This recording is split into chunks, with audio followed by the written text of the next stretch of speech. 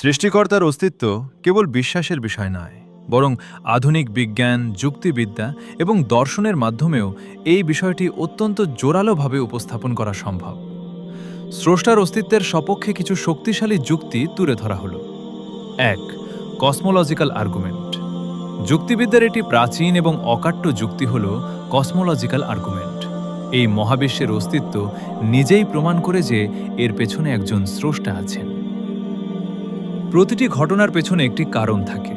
মহাবিশ্ব যেহেতু শূন্য থেকে আসেনি, তাই এর সূচনার জন্য একজন প্রথম কারণ বা ফার্স্ট কজ প্রয়োজন, যিনি নিজে অন্য কোনো কিছুর ওপর নির্ভরশীল নন। বিগ ব্যাং তত্ত্ব।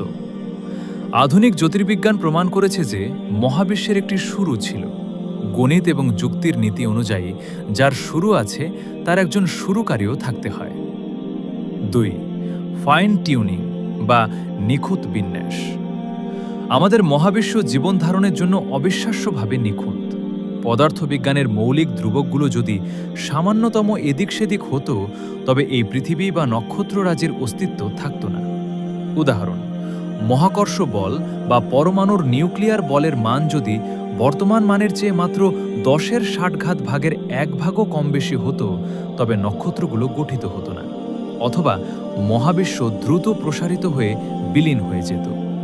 এই ধরনের গাণিতিক নির্ভুলতা কোনো দুর্ঘটনা হতে পারে না, বরং এটি একজন মহাপরিকল্পনাকারীর অস্তিত্বের দিকে ইঙ্গিত করে।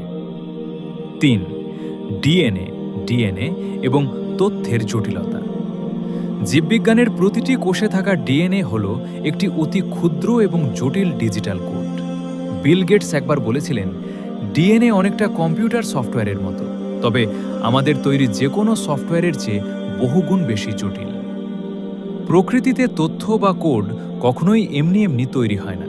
একটি বই যেমন একজন লেখকের পরিচয় দেয়, তেমনি ডিএনএর মতো জটিল কোডিং সিস্টেম প্রমাণ করে এর পেছনে একজন মহাজ্ঞানী সত্তা আছেন। ৪.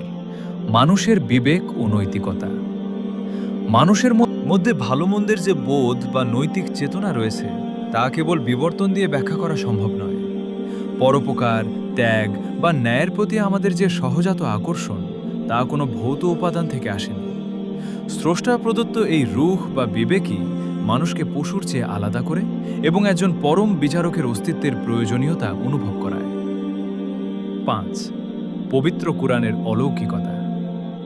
স্রষ্টা কেবল মহাবিশ্ব সৃষ্টি করেই ক্ষান্ত হননি, বরং মানুষের হেদায়েতের জন্য দিক নির্দেশনা পাঠিয়েছেন।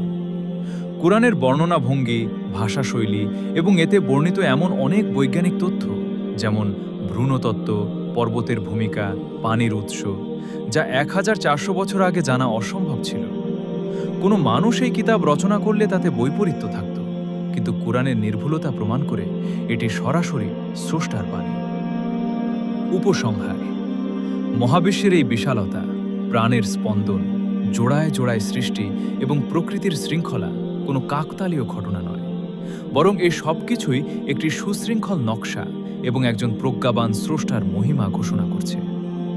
পবিত্র কুরআনে বলা হয়েছে, নিশ্চয়ই আসমান ও জমিন সৃষ্টিতে এবং রাত ও দিনের পরিবর্তনে জ্ঞানবানদের জন্য নিদর্শন রয়েছে।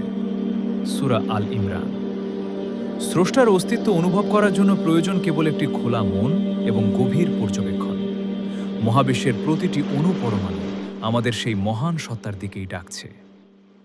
আজকের পর্বের সমাপ্তি এখানেই। নিয়মিত ধর্মীয় তত্ত্বের ভিডিও পেতে এবং ইসলামের খিদমত হিসেবে চ্যানেলটি সাবস্ক্রাইব করুন। ধন্যবাদ।